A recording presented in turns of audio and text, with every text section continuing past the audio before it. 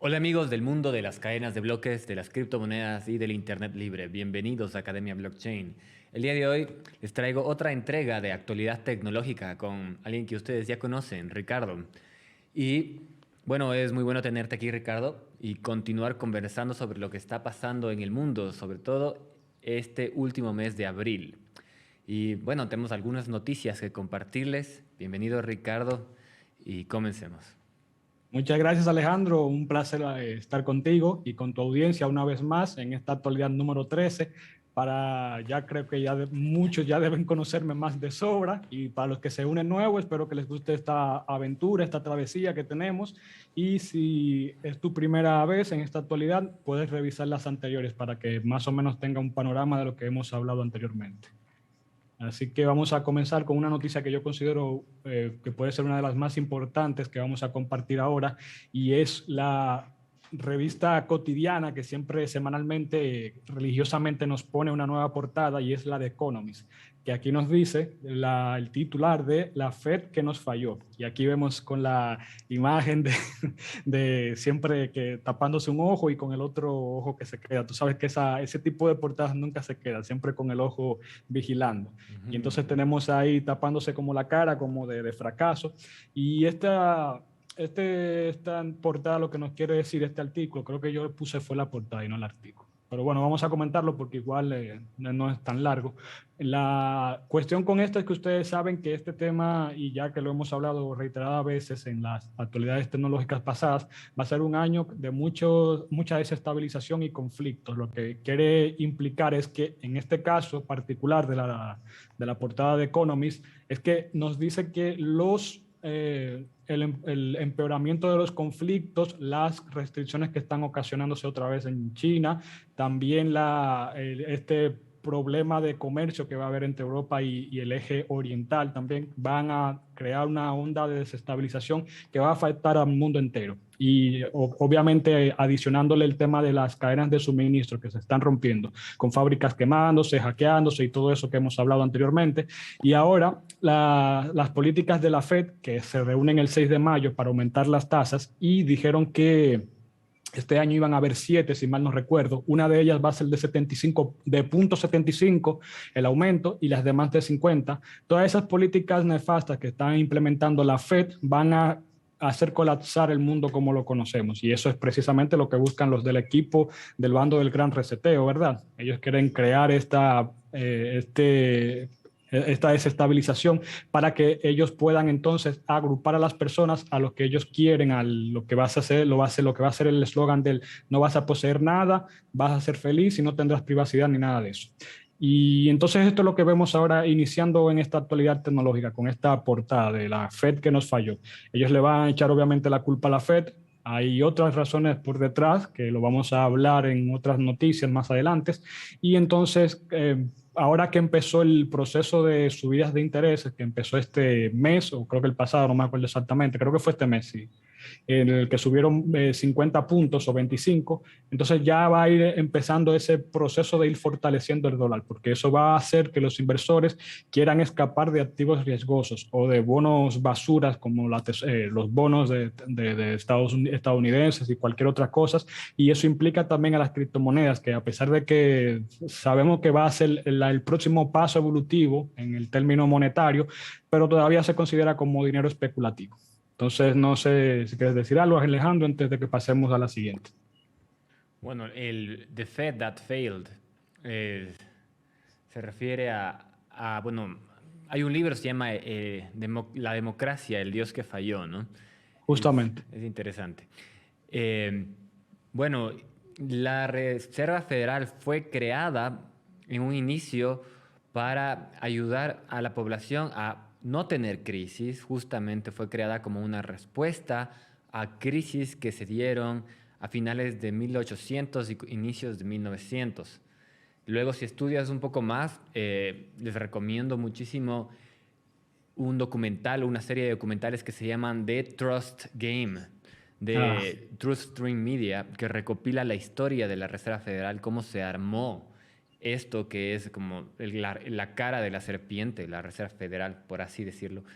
Es cómo se fue armando durante el 1800 1900 se fue creando este Banco Central y cuáles son sus raíces en 1600, en 1700, qué es lo que estaban haciendo estos mafiosos que se dieron cuenta que podían imprimir billetes. Bueno, la teoría original era que, bueno, vamos a crear una reserva federal y lo que le vendieron al pueblo es que va a evitar la inflación y las crisis. Y eso es justamente lo que no ha hecho, ¿no? Entonces se entiende que la Claro. Reserva Federal ha fallado. Lamentablemente no tenemos memoria, ni siquiera la gente en la academia tiene memoria y una perspectiva histórica, sino que cada vez más los economistas están aceptando de facto la existencia del Banco Central y de la Reserva Federal y ahora lo que importa es cuánto imprimes y cuánto puedes generar desde la Reserva Federal. Mm. Entonces ya va a dejar de importar cuánto imprime la gente con esta teoría monetaria moderna que ahora está en boga en las escuelas de economía, que lo que enseña es que se tiene que imprimir lo que sea necesario para salvar la economía. Y eso es un cero entendimiento de cómo funciona la economía y va a devenir en más inflación y en más crisis. Bueno, continuemos. Justamente. Vamos a ahondar un poquito más en unas noticias más adelante. Como dirían, tres doritos adelante, aquí serían tres noticias adelante. Entonces, miren, aquí tenemos el comienzo ya de lo que va a ser esto del Big Brother. Y tenemos aquí en esta portada 1200 de TFCT, que es un popular de Marty Bent, es la empresa de Marty Bent, un popular Bitcoiner. Y aquí nos pone esta de que los Estados Unidos planean crear o darle el giro a lo que va a ser el ministro de la Verdad, que vamos a decir oficialmente se va a llamar la directiva o la Junta de la Gobernanza contra la Desinformación.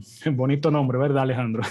Y aquí vemos entonces que lo que ellos buscan es que supuestamente el gobierno de Biden, debido a todos los casos de desinformación con el tema de Hunter Biden, la laptop, el tema de Ucrania y Rusia, también todo esto que supuestamente la misma secretaria de la Casa Blanca, Jen Psaki, ha dicho como desinformación y que al final terminó siendo verdad. Entonces ya les afecta mucho en el corazón que las personas se estén dando cuenta de las cosas que están pasando por detrás. Aquí los pone Jack Posobiec, y él nos dice cómo ellos planean incorporar esta agenda en lo que va a ser ya el gobierno de los Estados Unidos. Lo que va a buscar es que se pueda tener el control inicialmente, se te pueda tener el control de lo que van a hacer la propaganda esta contra la desinformación de Rusia y Ucrania, y también, deja ver cuál era otra, y la migración y los temas de migración. Ustedes saben que en Estados Unidos y algunos países también europeos, incluyendo también los latinoamericanos, tienen problemas con la migración, porque esto es un plan que no voy a entrar en mucho detalle, pero para el que quiera buscarlo, data de un plan que se llama Calergy, lo pueden buscar, y entonces por eso ellos se van a empezar con estos dos temas. La migración, también excusándose por el tema del discurso de odio y la xenofobia y la discriminación y todo eso, y el tema de Rusia, que ya, bueno, ustedes han visto cómo han prohibido la entrada a muchos sitios en internet, e incluso físicos, a los pobres rusos que le están echando la culpa desde que se disolvió la Unión Soviética. Entonces es más o menos gracioso esto, porque la señora esta, que ustedes ven aquí, supuestamente que es una experta en desinformación, pero que ella tenía una relación con la Hillary y también tenía unos ciertos negocios ilícitos con ese tema de Ucrania y el tema del laptop de Hunter Biden. Entonces ya ven que cómo es de experta en estos temas de desinformación. Y así por eso siempre la ironía del gobierno que quiere cuidarnos cuando ellos mismos están ejecutando esas mismas obras. No sé qué piensas tú. Ahí miren, vemos a Barack Obama y a Hillary Clinton diciendo que en Internet hay muchos problemas de desinformación, que la gente que ve muchos sitios falsos y todo eso, y que hay que protegerlos porque ustedes son nuestros niños y ustedes no saben cómo buscar bien en Internet y todo eso. Así que ahora los vemos como los perros acorralados ahí, quejándose de todas estas soluciones que se están creando alternativas a las redes web 2.0. Así que no sé si quieras decir algo de este spam y circo que están creando esta gente con esto. Pan y circo sería, digamos, una distracción, ¿no? o la guerra o algo que nos entretiene. Bueno, acá tenemos un Ministerio de la Verdad que directamente van a hacer un set de leyes que le van a regular a lo que la gente puede ver en Internet, y eso va a estar sostenido en unos pilares de fact-checkers, ¿no? Y esto va a pasar a la ley. Ahora tenemos un Internet que está en transición. Tuvimos una vez un Internet que era abierto P2P hace, qué sé yo, 15 años. Ahora estamos viendo una transición, y lo que vamos a ver después en el Internet regulado es un total control de lo que puede ver la gente, el acceso a la información que tiene la gente, y va a pasar por fact-checkers que van a ser legalizados. Entonces, bueno, creo que estamos viendo esta transformación, y ya está ahora no solo en Estados Unidos, sino también en Europa, proyectos de ley que regulen el Internet por la supuesta guerra en contra de la desinformación, ¿no? Y bueno, es esencial, creo que es la guerra más importante, la guerra de la información, porque es la que realmente los seres humanos de a pie, los del pueblo, podemos actuar en ella. Nosotros podemos actuar al respecto de la información. No podemos actuar al respecto de una guerra que incluya submarinos y portaaviones. Nosotros no tenemos armas. Pero lo que podemos hacer es justamente actuar en la guerra de la información. Y creo que es muy importante que en este momento compartamos a las gentes que estén dispuestas a recibir información reveladora, les compartamos información reveladora. Hay otras personas a las que no hay cómo compartirles información que se salga de la caja, y bueno, tal vez ahora no es el momento de compartir información con ellos, pero en el futuro lo será. Y en el futuro la gente va a regresar a ver a la información creada en este momento, en el momento de la pandemia, qué es lo que la gente estaba hablando. Y creo que es muy importante justamente generar información disidente en este momento, porque luego van a ver estos Ministry of Truth y se va a complicar mucho más el tema, estos misterios de la verdad. Pero bueno. Claro, sí, la idea precisamente una de las premisas del gran reseteo es también, además de resetear y quitarte las formas de vida y estilo como viven las personas, es resetear la historia, porque ellos saben muy bien que ya crear una tercera guerra mundial como lo hicieron en las pasadas ya no tenía tanto sentido, además de que no va en apoyo a esa agenda verde que ellos no quieren imponer. Entonces, lo que ellos hacen es que exportan la guerra entre las mismas personas, entonces creando todos estos grupos de pelea como si fueran guerras de guerrillas, que así lo vimos con los pinchazos, con los no pinchazos, lo del pañuelito en la boca, con los de los no pañuelitos en la boca, negros y blancos, que eso ya de por sí siempre ha estado, y así. Ajá. Entonces, cuanto más segmentada está la sociedad, es cuanto más poder ellos van ganando. Por eso esperemos que de alguna manera pueda ocurrir un tipo de Great Awakening, porque si después del 2020 las personas no entienden lo que está pasando ahora, pues ya se van a quedar pobres, tristes y con Bueno, esa falsa ideología de que van a ser felices sin tener nada. a ver, algo que dijiste que creo que hay que aclarar es, bueno, desde mi punto de vista no es que se creó una segunda y una primera guerra mundial. En cambio, la tercera, sí. ¿Por qué? Porque, bueno, sí había un conflicto real en la Primera Guerra Mundial. Teníamos en distintas partes del mundo, teníamos el Imperio Otomano, ¿ya? Teníamos Rusia, que digamos no es que estaba totalmente colonizada o conquistada como ahora, y estaba Japón también. Habían como diferentes fuerzas en el mundo, aunque ya se estaba consolidando el poder en la Primera Guerra Mundial. Luego, en la Segunda Guerra Mundial también tenemos conflictos genuinos, como Japón, que se rebeló. Tenemos a los alemanes. Yo no creo que sea completamente como Mm, falsa crea, sí, el bueno, conflicto alemán, ¿me cachas? sí, ¿A qué voy? Yo sé que hay algunas cosas interesantes, como IG Farben y Wall Street ah, financiando a través de la ah, Standard Oil a ah, Hitler, ¿ya? Pero eso exactamente. no significa que Hitler o digamos, o que Alemania entera no haya estado en conflicto con Inglaterra, ¿ya? Algo similar sucedió, por ejemplo, con Napoleón. Napoleón recibió dinero tras la venta de Luisiana Ujú. a Estados Unidos. Luego Napoleón hizo la guerra con el Imperio Prusiano y con Austria y con España. Y en esa guerra, Inglaterra estaba en contra de Francia y hubo batallas reales. O sea, no me refiero a que, me refiero a batallas que que son genuinas, ya, Ah, no, claro, entre sí. Francia y Inglaterra. Pero sin embargo, la venta de Luisiana le financió a Napoleón. Entonces alguien podría creer Claro. que Napoleón estaba financiado y que la guerra era planeada. Yo no creo que solamente es una conveniencia para los ingleses financiarle a Napoleón para que vaya y se dé contra los rusos. Y después les eliminamos los navíos y Inglaterra se queda con el mar, mientras que Napoleón genera una gran guerra en el continente.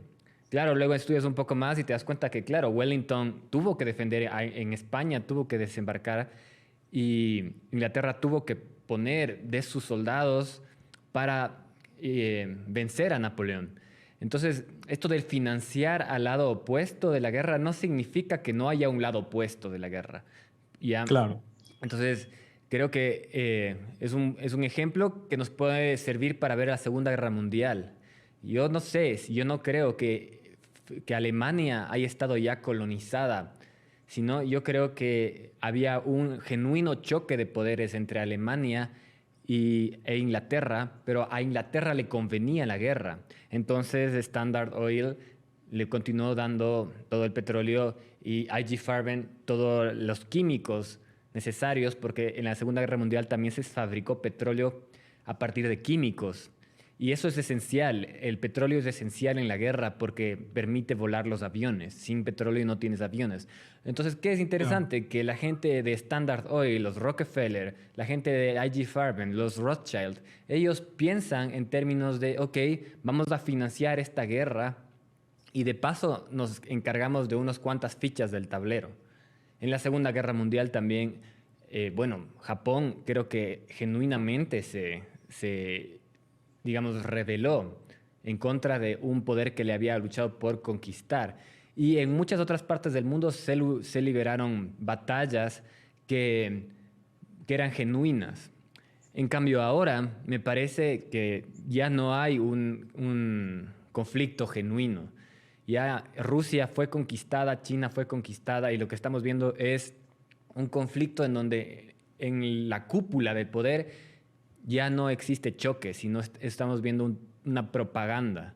¿Ya? Eso no significa que en algunos niveles que no sean la más alta esfera no haya reales conflictos, como por ejemplo podemos ver que le confiscaron a uno de los magnates rusos más grandes, más importantes, le confiscaron el yate más Sí, grande del mundo. Eso nos exacto. deja ver que hay conflictos de mafias internas, porque es un magnate. ¿Qué habrá sabido? Él sabía algo o él era una amenaza para unas mafias que controlan Rusia, ¿ya? Y por eso hay todavía conflictos en ciertos niveles, pero así como una guerra y decir que Rusia está en contra de Estados Unidos, eso ya no me parece que es el caso. Y eso creo que Mm. ya se terminó con la caída del muro de Berlín. Y si es que tú ves así como Rusia ha actuado de manera armónica en la NASA, ha actuado de manera armónica en el sistema Ah, financiero internacional, en la respuesta a la OMS, seguir todo lo que dice la OMS. Rusia parece que estuviera siguiendo un guión mm, de un plan que no es inherentemente ruso. Entonces ahí se plantea de dónde sale esa soberanía. Quizás es falsa, les sirve a los mafiosos para que la gente esté obnubilada con la patria. Bueno, ya me estaba yendo por la tangente, pero el tema es que ahora ya la guerra me parece falsa. sí. Sí, bueno, Sí, ujú, básicamente sí, voy a hacer un pequeño resumen de entre todo para no, pues ya nos fuimos muchísimo. Si hay una tangente, nos fuimos por encima de esa tangente. Entonces, el punto, sí, yo sé que algunas personas dicen que cuando uno dice falsa bandera, atentados falsos y cosas así, no, que como que todos son actores, no, hay gente que muere, en El Bicho también hubieron gente que lamentablemente se fueron y cosas así. Entonces, cuando uno dice este tipo de cosas que fueron como creadas, por ejemplo, es como en este meme, este gran chiste que siempre ha surgido en el tema del marketing, que es cómo es la mejor manera de tú vender algo, rompiéndole la ventana a tu vecino y diciendo lo que tú reparas. Como por ejemplo, un meme que tú le tiras un ladrillo a tu vecino, le rompe la ventana y cuando el vecino vaya a agarrar ese ladrillo, él ve que dice un número, reparamos ventanas, llame este número. A eso es que yo me refiero. Por ejemplo, Sí. la Reserva Federal se creó además de un diciembre cuando nadie estaba pendiente, pero ¿qué fue lo que hizo que se creara la Reserva Federal? Todos los que estaban opuestos a la Reserva Federal lo invitaron a un barco. ¿Cómo se llamaba ese barco? El Titanic. ¿Qué le pasó al Titanic?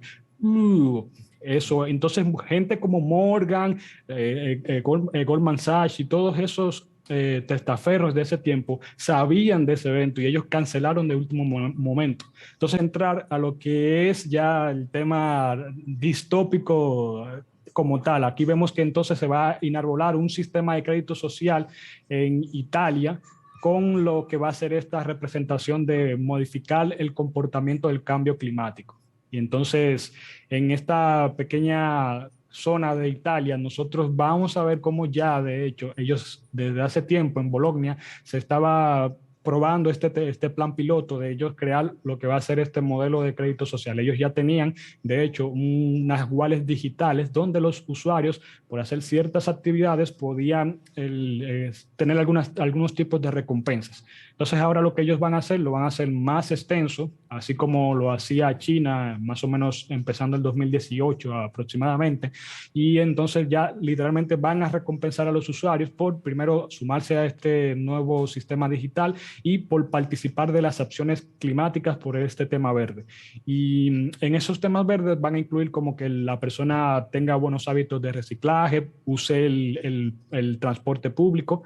Ya ustedes saben que la Agenda 2030 para el 2050, que es la segunda fase, ellos planean reducir bastante, como a un 80%, si mal no recuerdo, las emisiones de carbono, el dióxido de carbono, y que también las emisiones del transporte privado, por así decirlo, porque la idea es que no vas a tener nada y vas a ser feliz. Entonces ellos están precisamente adiestrando a la población como si fueran el perro de Pavlov a tener este condicionamiento de que cuando ellos van y reciclan bien, usan el transporte público o prefieren no usar pajitas para sus bebidas, pues van a ser bien recompensados y así. Entonces estos ciudadanos van a tener otro sentido de urgencia para la población, además de que obviamente van a estar bien vigilados y si implicamos el tema de un crédito social, significa que nadie va a querer tener un puntaje bajo. Así que, ¿qué piensas de eso, Alejandro? Sí, bueno, es increíble y parece que llegó para quedarse el tema de la revolución verde digital, que va a terminar siendo control para la gente, ¿no? Ahora ya hay las tarjetas de Mastercard que tienen algo que ver con carbon credits, con créditos de carbono. Hay algunas cosas que son, en el fondo son gamificadas, tienen elementos de juego que son incluidas en el mundo financiero.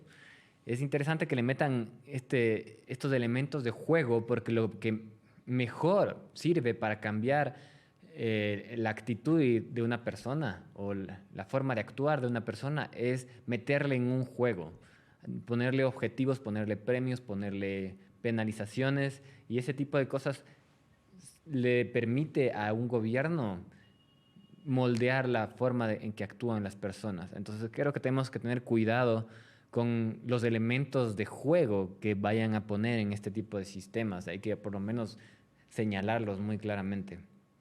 Continuemos. Bien, con eso también tenemos otra aquí que es parecida y es de la mano de una comuna autónoma de España, del norte de España, y es el próximo gran hermano fiscal, lo que Hacienda busca controlar en tiempo real. Y esto viene con el nombre de lo que se va a llamar el Ticket Bay. que va a ser parecido a ese crédito social que vimos en Italia, solamente que un poco más draconiano y nefasto, porque este nuevo sistema lo que busca es que cada empresa y ciudadano tenga que expedir este ticket, de manera que puedan tener la trazabilidad de cualquier cosa que se venda, un zapato, una botellita de agua o lo que sea. Entonces, parte de las complicaciones de las que se quejan en esta comuna, que ya de hecho creo que la de Alaba, sí, mira, la que Alaba es la que ya empezó a implementar esto, es que, o sea, se toma bastante tiempo, además de que tienen que buscar la maquinaria necesaria que lleva un coste adicional que van a tener que pagar ellos, y además del tiempo perdido, porque imagínate que tú vayas a pagar por un café y tú tengas que esperar 4 o 5 minutos a que ellos puedan expedir este ticket.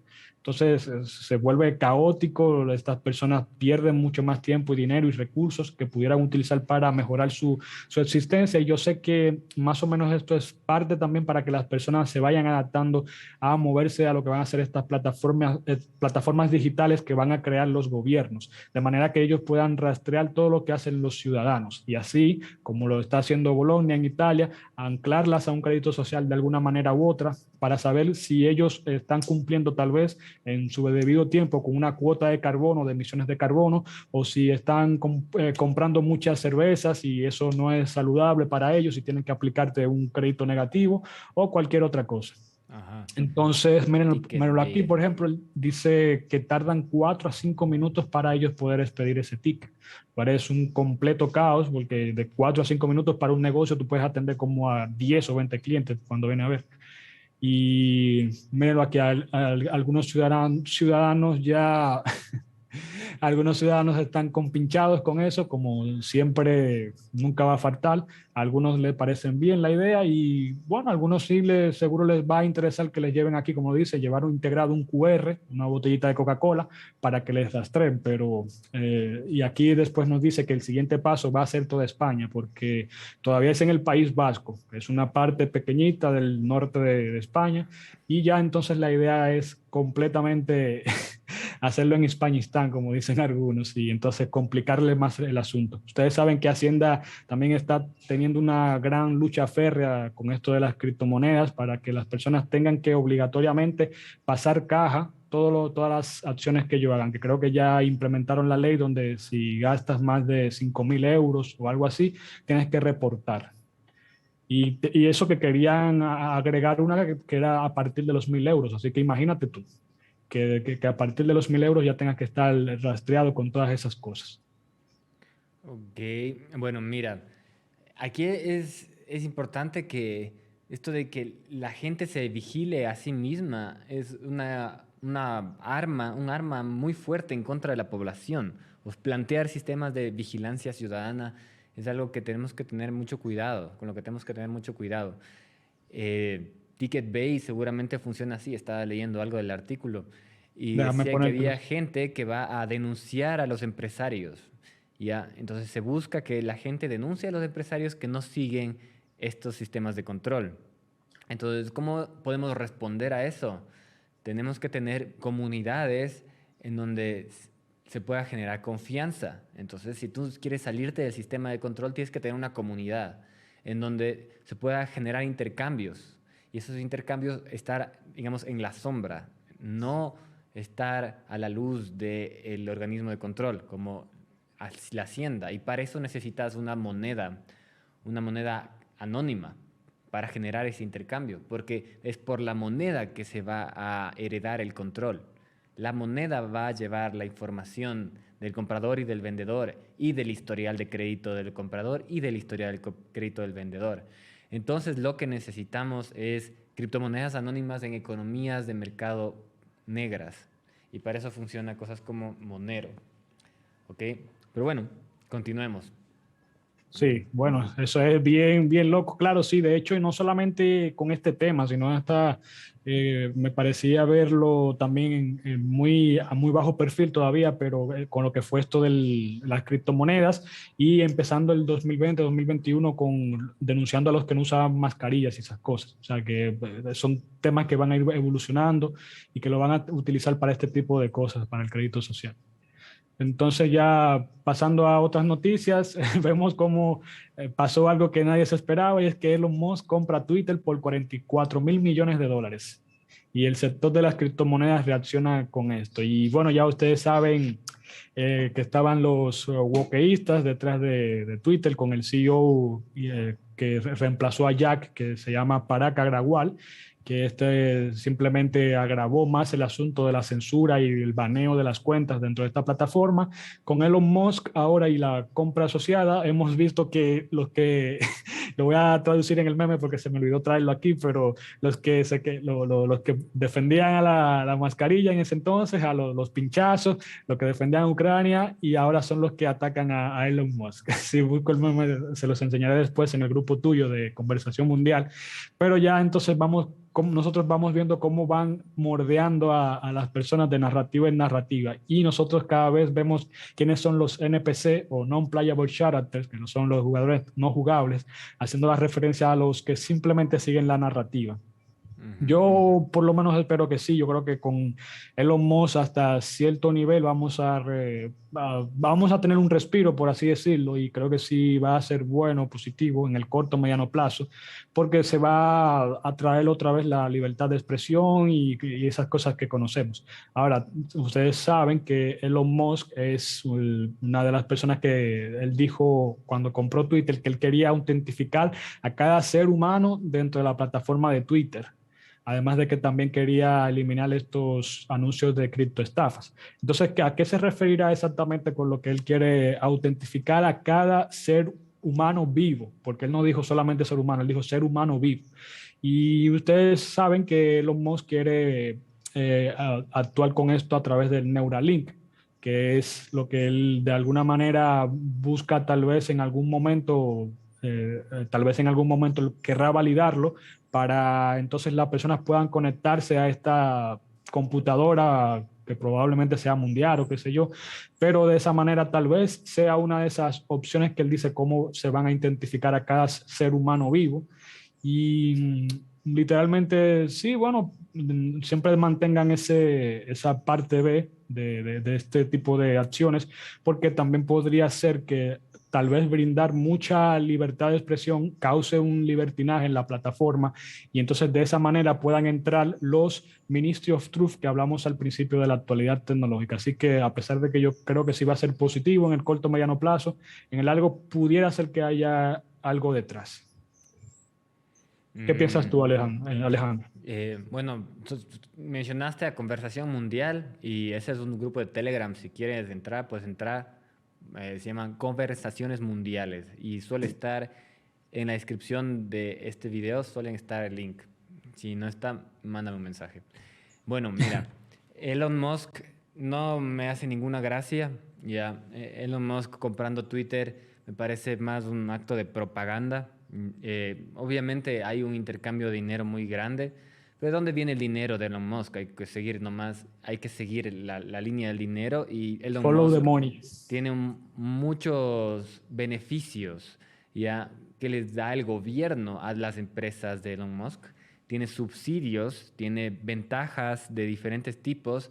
Y además hay que tener un poco de sentido común al respecto de Mm. que no te van a dejar poner satélites en este mundo si no tienes una relación directa con el Pentágono. ¿Ya? Entonces no es algo que me parece como transparente Elon Musk. Ya me parece una distracción, así como Donald Trump, que la gente cree que Elon Musk va a venirle a salvar en Zeppelins, ya va a venir Elon Musk a salvarnos y no es así, ya Elon Musk está ahí para ocupar un lugar en la mente de la gente y ese lugar es el de el empresario salvador a lo Tony Stark, ya entonces Justo. están poniéndole a esa figura al frente de Twitter y eso es un acto psicológico para la cantidad, para la gente del mundo, ya entonces es jugar con la idea de mitológica de que Elon Musk va a proteger Twitter, cuando sabemos que no es así. Elon Musk un total, eh, es totalmente una parte de la mafia que controla el mundo. Elon Musk tiene que ser, de la misma manera Bill Gates es, ¿ya? Silicon Valley nace del dinero del Pentágono. Entonces hay que entender eso, ¿ya? Y creo que la gente necesita a alguien en que confiar y Elon Musk juega ese rol. Y de vez en Exacto. cuando tuitea cosas cool y tuitea cosas a favor de Bitcoin y de la libertad, qué sé yo. Pero en el fondo no es confiable, no es un personaje confiable. Peor si es que hace cosas como Neuralink y habla abiertamente de regulación y de control completo Sí, de la mente humana, ¿no? también recuerda que él es parte del Mining Council que se creó en Estados Unidos para regular esto de la minería junto a MicroStrategy y Michael Saylor también. Ajá, entonces él está en contra de la descentralización. Hay que tener muy claro esto. Si es que es parte de algo como el Mining Council, el Consejo de Minería, que es una propuesta, pero es una propuesta terrible. Y él está detrás de eso. Él seguramente también está detrás de toda la payasada del calentamiento global, sin duda. Entonces hay que medio darse cuenta con qué personaje estamos al frente y cómo están usando ese personaje en la mente de la gente. Son movimientos psicológicos, más que financieros, porque ¿qué pasa con el dinero? El dinero de 44.000 millones de dólares está en un banco en el nombre de Elon Musk y luego pasa a otro banco, sigue en el banco el dinero. Lo que cambió fue como Sí, sí. quién tiene las Sola- acciones, pero el poder exacto. sobre Twitter no está más allá del banco, ¿ya? Y el poder de Elon Musk es otorgado por la mafia bancaria. Entonces, hay que entender que estos suelen ser unos velos o unas cortinas de humo que no nos dejan ver dónde está realmente el poder. Y bueno, entonces, en resumen, no le quiero a Elon Musk. Me parece un personaje terrible. Eh, Ni bueno, pueden investigar sobre Jeff Bezos, tiene también una cantidad de lazos con el Pentágono, con la CIA, y pueden investigar sobre Bill Gates lo mismo. ¿Ya? Entonces, bueno, eso es sobre Elon. Ujú. Básicamente también una cosa importante que hay que dilucidar y es volviendo y retomando el tema que hablábamos también con esto de la Primera Guerra Mundial, de si es algo falso o verdadero. Eso es lo que ellos prácticamente buscan ahora con estas más o menos guerras de desinformación virtuales. O sea, nosotros, independientemente de que sabemos lo que el trasfondo de todo esto, pero las personas que no saben precisamente crean estos bandos. Elon Musk, bueno, viene a traer la libertad de expresión. Bill Gates, malo, quiere crear carne sintética y la patente 666 y todo eso. Entonces, así es como van jugando este tablero de ajedrez virtual, como si fuera un videojuego donde son como una mezcla de grises, donde no exactamente todos son buenos o ni exactamente malos, sino que van como mordeándose el uno al otro. Y eso es lo que buscan precisamente. Ujú. Entonces, vamos a seguir en la próxima. Que de hecho también algo, lo que sí yo podría es desnotar como algo bueno de esta noticia es que esto también va a traer que se vayan creando más soluciones descentralizadas de redes sociales. Ahí vemos que también Donald Trump fue a crear la suya, pero obviamente no es recomendación, pero sí hay otras de la Web3, yo precisamente trabajo en una, que ya están entendiendo muy bien que la solución no es, bueno, que Elon Musk compre Twitter o que otro compre esto y traiga la libertad de expresión, sino que vamos a traer una verdadera plataforma que brinde libertad, descentralización y que pueda estar ejecutada bajo NFTs o cualquier activo digital que de verdad nosotros podamos ser propietarios, que esa es la idea. Ujú. Ahora sí vamos a la siguiente. Esta sí va a ser, o esta podría ser de la otra, como yo les mencioné al principio, con la portada de Economist, esta yo creo que sería otra de las más importantes de esta actualidad tecnológica, y es que aquí nosotros estamos viendo cómo está, aquí lo dicen en pregunta, pero cómo está surgiendo un nuevo patrón oro. Y es que el Kremlin confirma las intenciones de respaldar el rublo con oro, commodities, bienes materiales, y también detrás está el criptomonedas, que aquí no lo cubre el artículo, pero también ellos están tratando de implementar esto de los criptoactivos en Rusia para los pagos. Entonces, viniendo a este en particular, que es el oro y los commodities, Petroshev, que es el secretario de Petrushev, perdón, que es el secretario del Concilio de la Federación Rusa, él tuvo una entrevista que le hicieron bastante interesante. Yo les recomiendo que busquen este artículo y lo lean. No me recuerdo si está en video aquí, creo que está el transcript solamente, pero la idea es que él literalmente está marcando lo que va a ser una separación de este ojo occidental, donde Rusia va a depender más ya de otros aliados o naciones que están enfocándose como África, en América Latina y también China y esas partes de por ahí. Entonces, nosotros estamos viendo cómo están haciendo precisamente este ojo o eje multipolar, donde ya el poder hegemónico no se va a concentrar exactamente en Estados Unidos, sino que se va a repartir también en este cono oriental. También la revista Economist tenía una portada, creo que la de marzo, si mal no recuerdo, donde la cabeza de Xi Jinping aparecía en grande y la de Putin más pequeña, representando de que, aunque uno es más grande que el otro, pero representando que el eje oriental va a tener una fuerza inconmensurable probablemente. Entonces, aquí el Petrushev nos comenta cómo ellos van a hacer este plan de respaldar a lo que va a ser el rublo, que ahora de por sí también está teniendo mucha fuerza. Ha vuelto, creo que rompió máximo histórico, volvió al máximo histórico, y entonces ahora con esta noticia de que lo van a respaldar con oro y commodities, le hace preguntarse al entrevistador de que si eso no sería un error en el ciclo de la economía, de la teoría económica, donde Petrushev le dice que no. Y me gusta en cierto sentido la respuesta, porque aquí yo creo que también con este nacimiento de este nuevo orden alternativo se van a romper muchos de los paradigmas que nosotros tenemos como concebimos como occidentales, ya sea por la educación que recibimos o por las personas que nos rodean y todo eso. Pero la respuesta que él da es que no es una contradicción de la teoría económica, más bien son las visiones retorcidas del occidente. O sea, literalmente ahí yo creo que está marcando una buena pauta de lo que va a ser esa ruptura con el mundo occidental.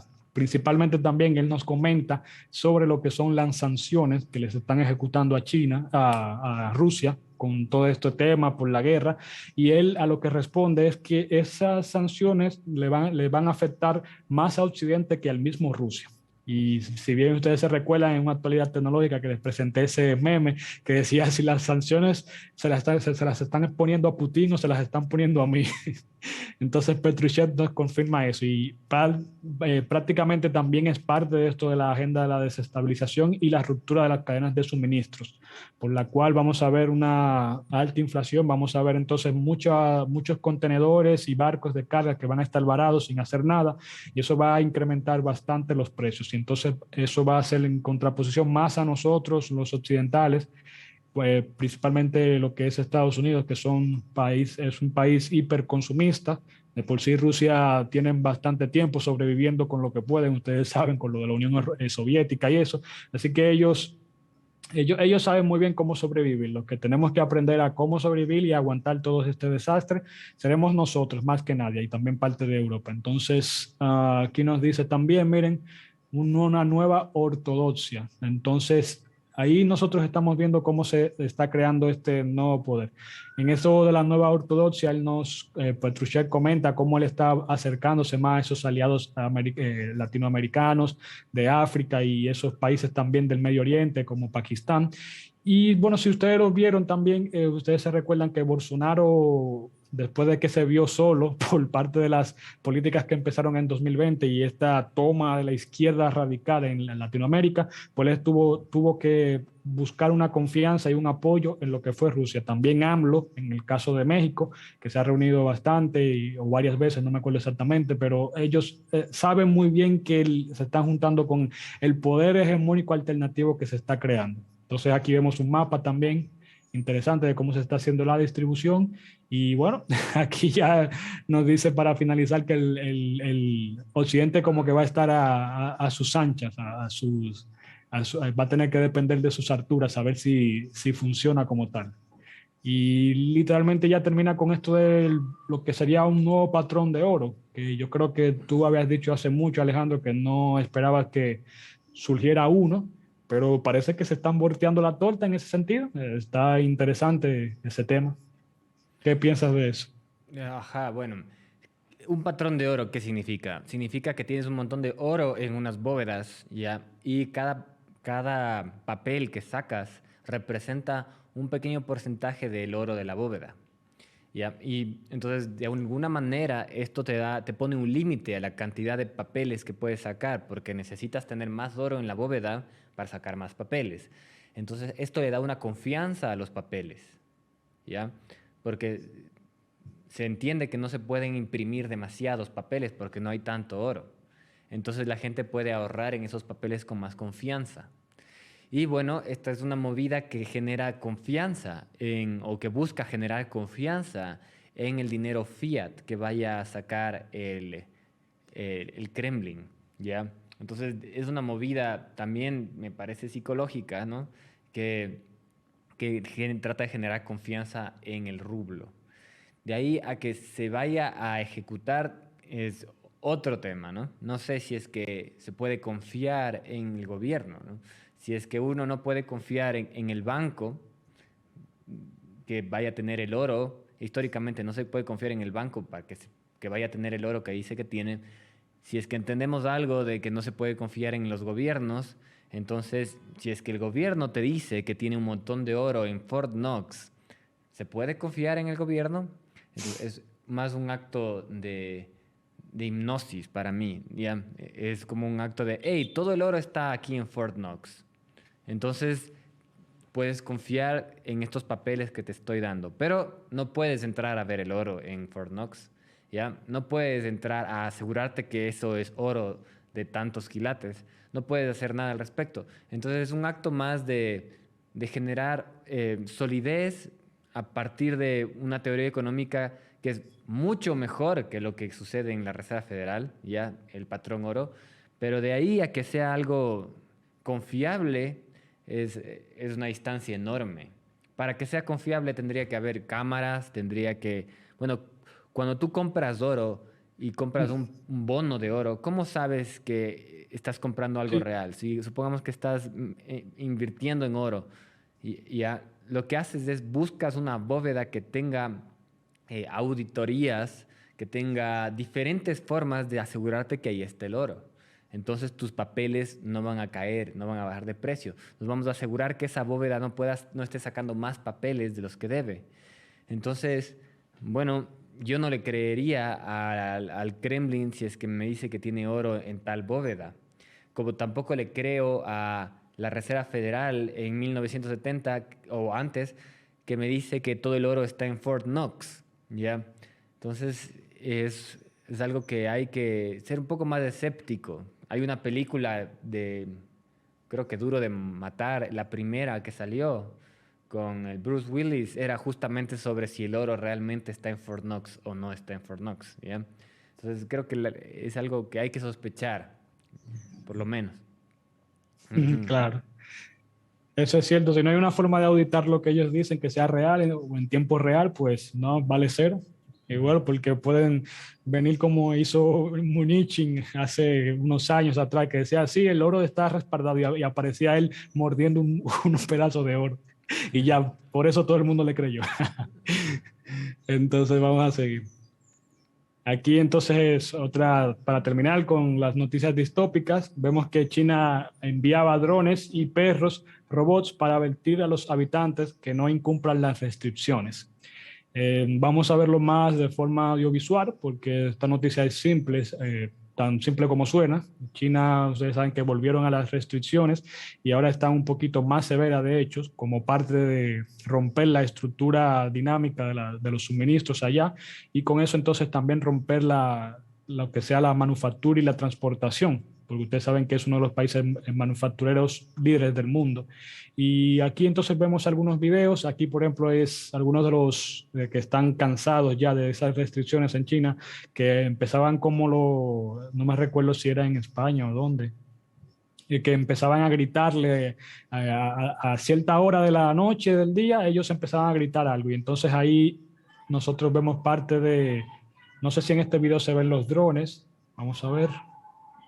Me parece que aquí solamente de cómo ellos le gritan al gobierno y a esos drones que se acercaban. Vamos a ver si es en el siguiente. A ver si era en este. Ajá. ¿Qué le pasó al video ahora? Bueno, aquí este es del perro robot. Vamos a ver el del perro robot. Viene un perro robot con unos parlantes diciéndole a las personas que tienen que cumplir con el distanciamiento y que lleven sus mascarillas y todo eso.